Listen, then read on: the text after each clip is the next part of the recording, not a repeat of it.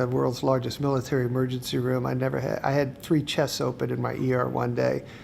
That was a day probably as stressful as a typical day of house calls.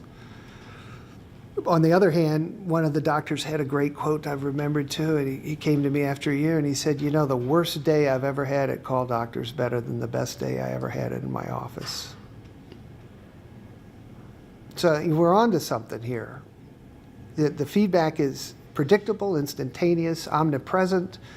You can bank on it. It is a professionally rewarding practice, and if it weren't complicated and challenging, people wouldn't have all those positive feedbacks. And it's the gratitude of the patient as you walk out the door that you take home. It's very enduring.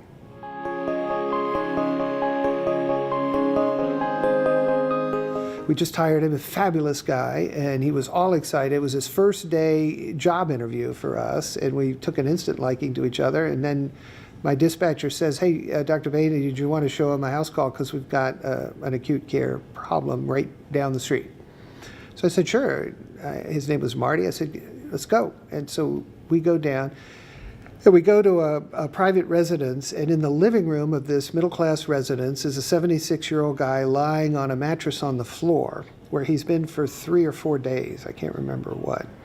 And his wife, whom I knew so she's standing there, you know, and she said he won't go to the hospital, and Jane said you might come see him, and that's why I called. I had not met her before.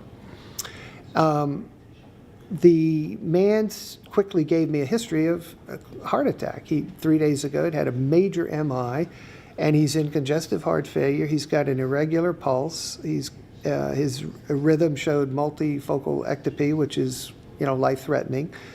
And his blood pressure was like 80, which is life-threatening. So he's a kill-up 3 or 4 heart attack, which has an 80% mortality rate. And I'm thinking, sir, you really need to go to the hospital. This is not okay. And I talked to him for 15 minutes, and he was absolutely adamant. He was mentally competent. I can't arrest him and make him go. And then I realized, you know, something that I've never forgotten, the skills that you develop. And I said, sir, you won't go for me, and you won't go for you. But will you go for that lovely lady standing at the sink over there who you can't see is sobbing in private over the conflict you've created for her? And there was this long pause, and he says, okay. 4 hours later, he had had a 4-vessel bypass. He lived 10 years more. So, I mean, what's not to like about that story, right? You save lives.